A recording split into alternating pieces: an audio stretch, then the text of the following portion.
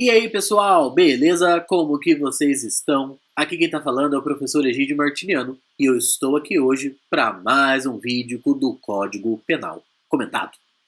Para quem não conhece, para quem não sabe do que eu tô falando, o Código Penal comentado, assim como a CLT comentada, Constituição Federal comentada e o Código Civil comentado, são uma série de vídeos, um projeto que tem por escopo comentar as legislações do sistema jurídico brasileiro. Então, se você não está inscrito no canal do Professor Bruno Criado, eu te faço o convite para que se inscreva, ative o sininho e acompanhe uma série de vídeos, uma série de outros projetos que nós fazemos gratuitamente para toda a comunidade jurídica, acadêmica e profissional. Saiba que, por exemplo, nós temos vídeos preparatórios para a OAB, de primeira e segunda fase. Então, se você tem um amigo que está na luta pela vermelhinha, mande para ele o canal do Professor Bruno para que ele possa se inscrever e também acompanhar as nossas atividades. Beleza? Então, bom, vamos lá, sem mais delongas. Vocês estão aqui para que nós possamos falar sobre o artigo 21, parágrafo único do Código Penal. Então, aí na tela para vocês o artigo específico, o parágrafo específico que nós conversaremos, certo?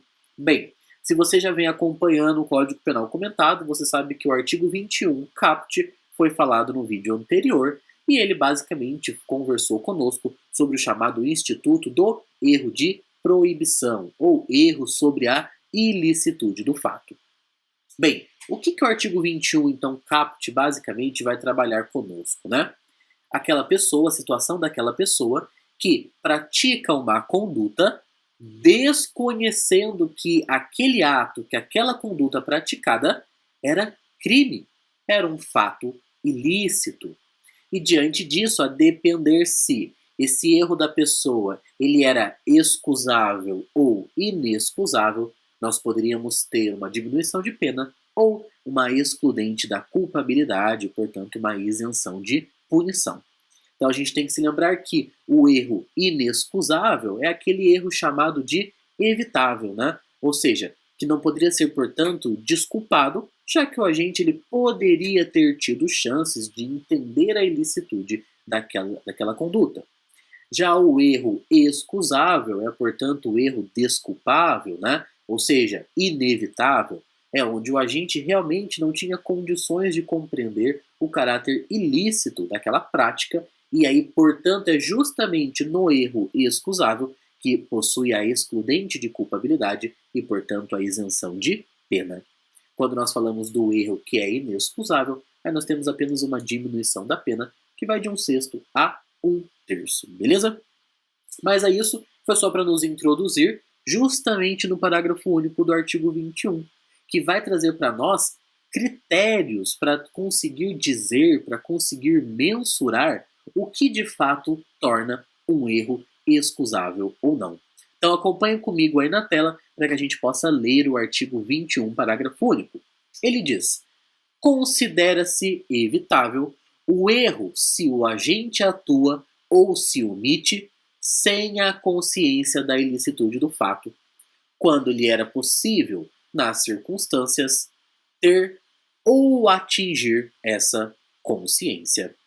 Então vejam que o parágrafo único ele atua para nós como um critério, uma série de critérios para que a gente possa compreender se o agente ele conseguiria ter ou não consciência daquele ato ilícito e, portanto, aquele erro dele seria considerado inexcusável ou excusável. Né?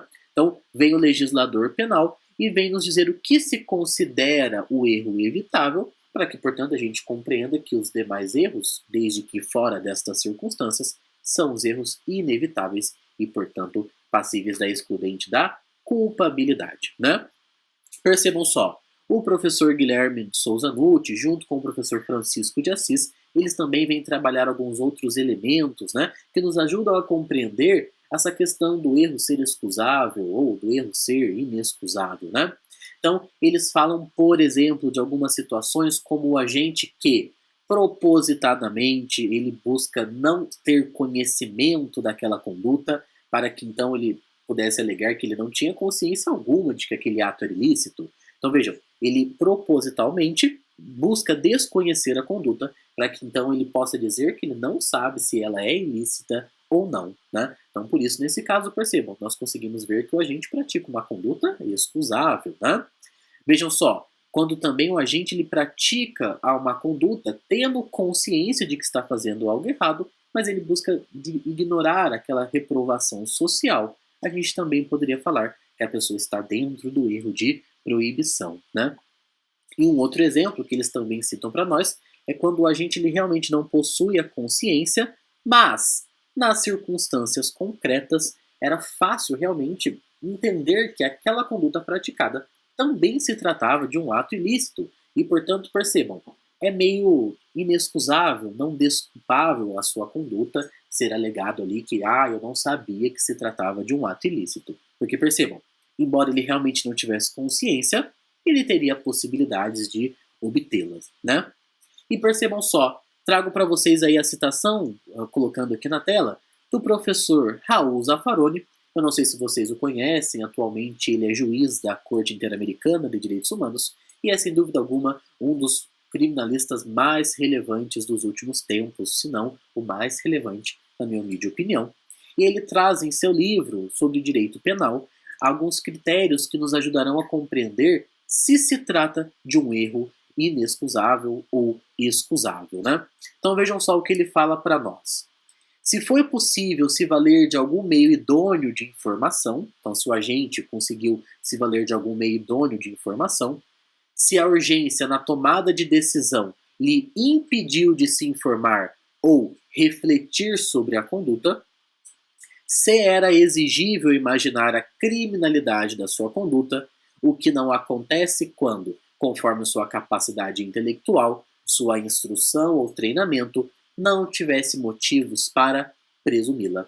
Então vejam que o professor Zaffaroni ele pontua para nós 3 elementos que nos ajudam a compreender se a pessoa ela está praticando uma conduta excusável ou não.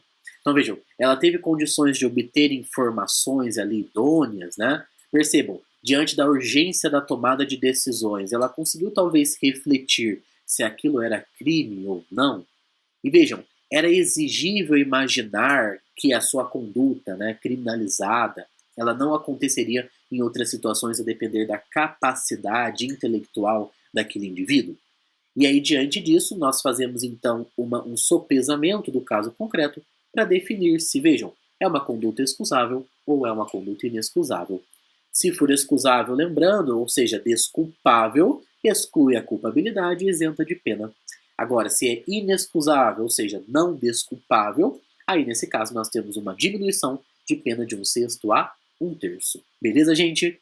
Bem, era isso que eu tinha para conversar com vocês no vídeo de hoje. Espero que tenham gostado do nosso encontro, espero que continuem acompanhando o projeto do Código Penal Comentado e nos vemos no próximo vídeo. Um grande abraço, tchau, tchau!